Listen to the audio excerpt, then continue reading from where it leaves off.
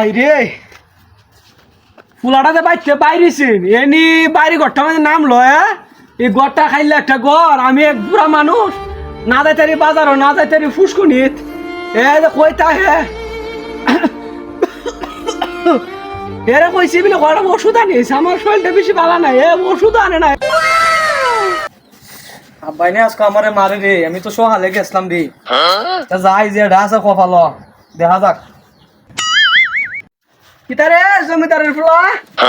গরু ঢুকাস কি লিখিয়া আমার দ্বারাই আমার দ্বারাই গরু পরে ডুববে মাইনা লিছি রে আব্বা দেখে লিছি আমার রে মাইনা লিছি রে আচ্ছা যা কপাল যা আছে তাই আসছো তো মামলা তো 39 40 যাইবো এমদা আব্বা তোর কি খান্ড জ্ঞান আছে রে কিতা করছি আমি কই গেছলে সকালে তো বাইরে ইসলে অনাইছস আন জাগালা বাড়ির মাঝে ও আমি শুক্রবার গেছিলাম শুক্রিয়া বাড়ি গেছলে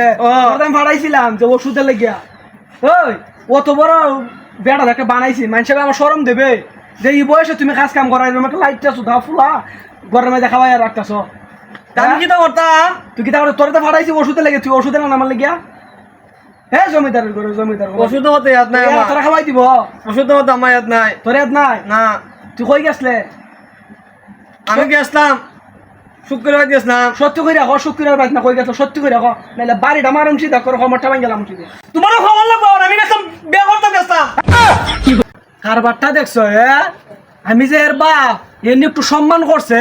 এ আমার জারিটা মেরে ফেলা দিছে নি কেন